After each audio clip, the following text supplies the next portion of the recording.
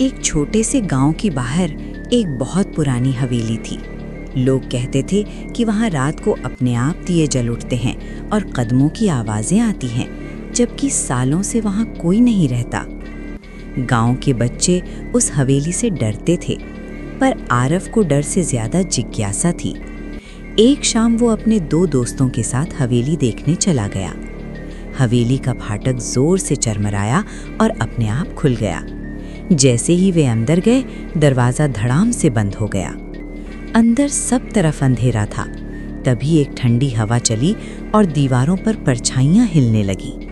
अचानक एक धीमी भारी आवाज गूंजी, तुम यहाँ क्यों आए हो? आरव के सामने एक धुंधली सी आकृति उभरी। उसकी आंखों में अजीब सी चमक थी।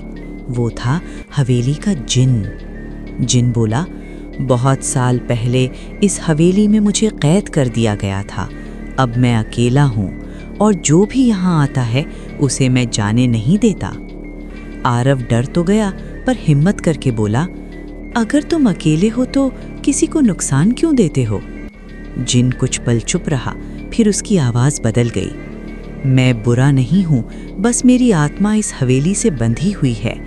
अगर कोई मेरा सच जान ले तो मैं मुक्त हो सकता हूँ। जिन ने बताया कि एक पुराने कमरे में उसकी कैद की मुहर छुपी है।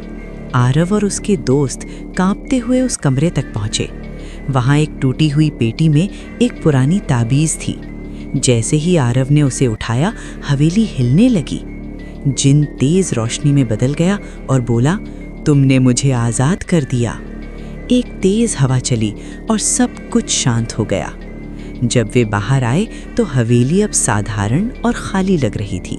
न कोई परछाई, न कोई आवाज। अगले दिन गांव वालों ने देखा कि हवेली अब डरावनी नहीं रही।